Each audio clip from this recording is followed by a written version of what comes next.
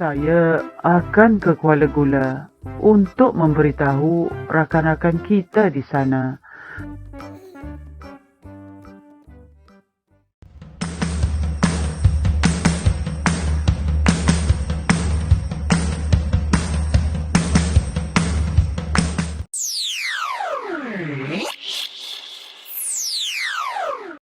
Assalamualaikum dan salam sejahtera. Bertemu lagi kita pada hari ini. Bersama Cikgu mana? Cikgu Zana. Okey, kita bertemu lagi dalam Bahasa Melayu tahun 4.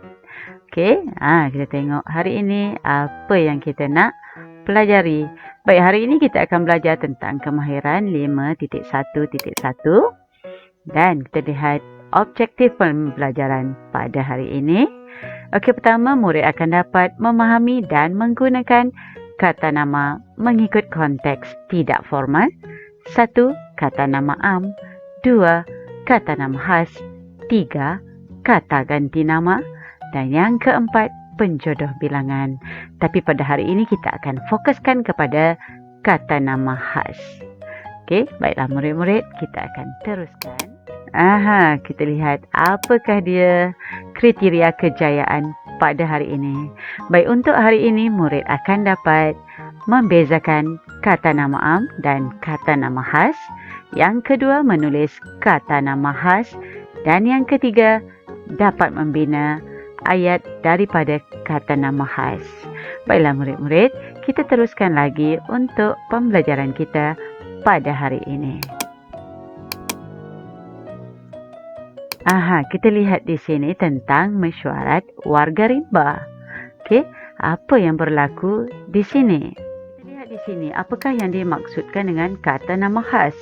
Okey, kata nama khas digunakan untuk merujuk kepada benda, manusia, tempat dan haiwan secara khusus. Okey, maksudnya kita akan bercerita tentang kata nama khas yang digunakan untuk benda hidup dan juga kata nama khas yang digunakan untuk benda bukan hidup. Sebelum tu cikgu nak ingatkan bahawa awalan kata nama khas akan ditulis dengan huruf besar bagi kata nama khas ini. Baiklah, kita teruskan lagi. Sekarang kita lihat tentang kata nama khas benda hidup. Baik, yang pertama sekali, kita lihat tentang gambar ini. Ini adalah Lisa. Kita lihat di sini, Lisa adalah kata nama khas untuk benda hidup, iaitu untuk manusia ataupun orang. Sama juga dengan yang ini. Okey, Dr. Nur Hisham. Lihat bagaimana awalan katanya kita tulis dengan huruf besar. Ini adalah kata nama khas untuk manusia. Ini pula kita lihat apa ni? Cikgu ada dengar tu? Ya, betul. Ini adalah jambu batu.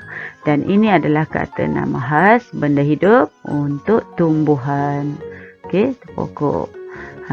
Apa pula ni ya? Ini adalah sang bedal. Apa itu sang bedal? Ataupun kita sebut juga sang rangka. Okey, ataupun namanya sang buaya. Kadang-kadang kita panggil sang bedal, sang rangka, sang buaya, tapi ia adalah buaya. Dan gelaran yang cikgu sebut tadi tu adalah untuk buaya. Okey, kata nama khas, sang buaya, sang bedal, sang rangka. Okey, itu adalah untuk buaya. Itu kata nama khas. Dan bagi haiwan yang berikutnya yang sedang berlari ni, kucing. Okey, kadang-kadang kucing ni kita boleh namakan dia si belang, si tompok, si hitam, si putih, si comel dan sebagainya.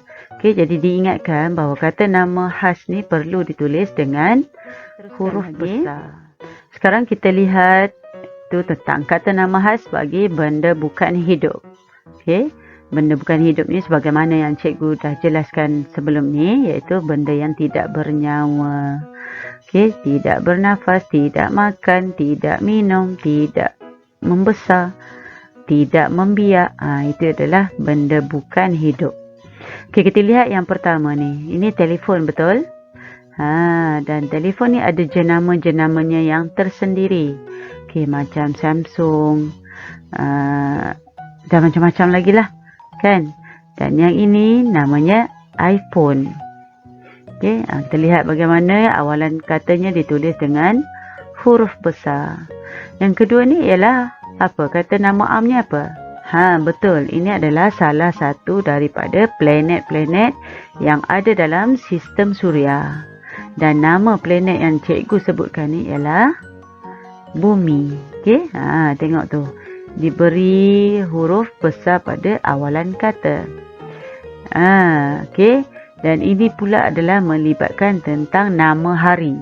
Okey, tapi bila kita namakan dia sebagai hari kebangsaan, maka kita perlulah menulisnya dengan awalan katanya yang huruf besar, H dan juga K.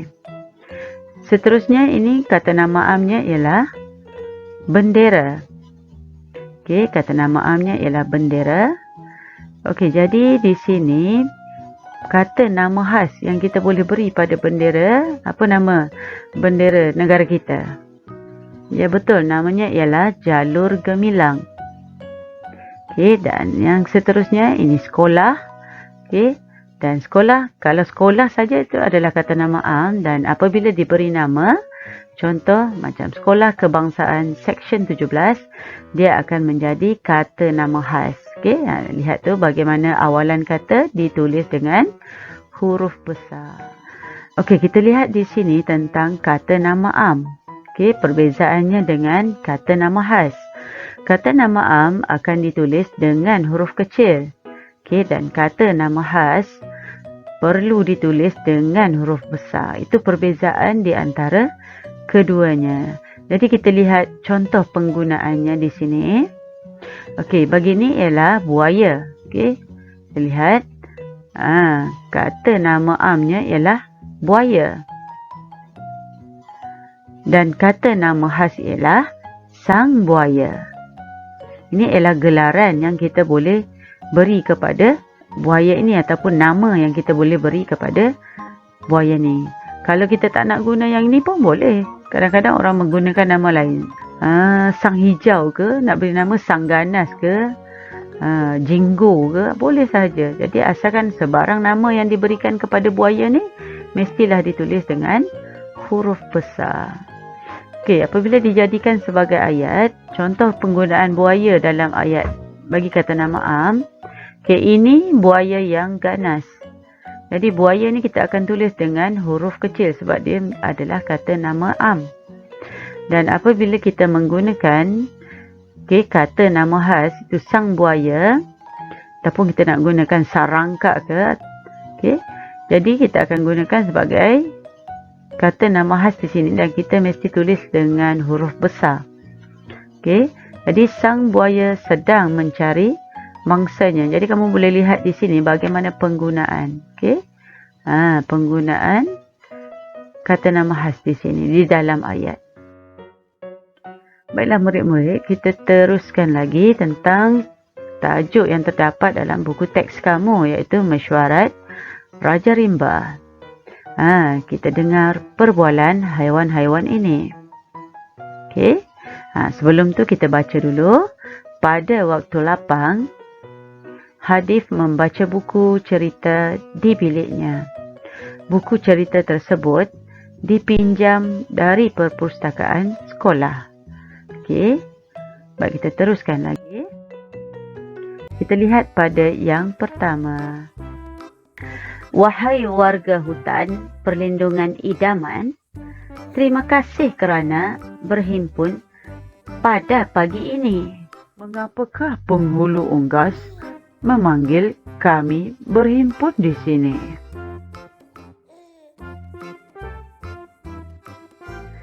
Saya memanggil semua penghuni hutan ini untuk menyambut sahabat kita yang bermigrasi dari utara Asia dan Eropah. Kita perlu membahagikan tugasan.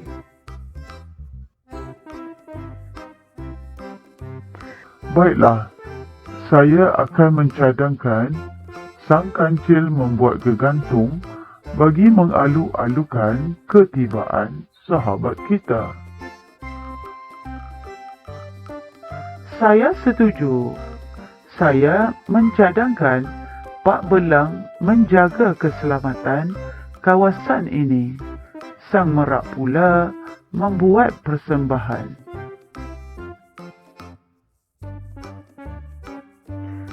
Saya akan ke Kuala Gula untuk memberitahu rakan-rakan kita di sana agar membuat persiapan yang sama. Terima kasih semua. Saya berharap agar masyarakat kita hidup dengan harmoni. Baiklah murid-murid, kita teruskan lagi. Okey, kita lihat apakah tugasan kamu pada hari ini. Untuk tugasan hari ini, kamu diminta untuk senaraikan kata nama khas yang terdapat dalam dialog. Jadi kita lihat di sini. Apakah kata nama khas yang terdapat dalam dialog yang kamu telah dengar tadi? Daripada buku teks kamu. Jadi kamu perlu menyenaraikannya dalam buku tulis kamu. Kita lihat bagaimana cara kamu nak tulis dalam buku kamu. Di sini, dalam buku tulis kamu nanti, kamu dikehendaki menyenaraikan kata nama khas yang terdapat dalam dialog. Kita tengok yang pertama, 1, nombor 2, nombor 3 hinggalah yang terakhir sekali. Baiklah, kita teruskan lagi. Yang seterusnya, kamu dikehendaki membina ayat menggunakan kata nama khas yang berikut. Yang pertama sekali, Sang Kancil. Yang kedua, Taman Melati. Yang ketiga, Port Dickson. Yang keempat, Samsung. Yang kelima, Polis Shah Alam. Yang keenam, Dr. Lisa. Jadi tulislah dalam buku kamu. Bina ayat daripada kata nama khas yang diberikan ini.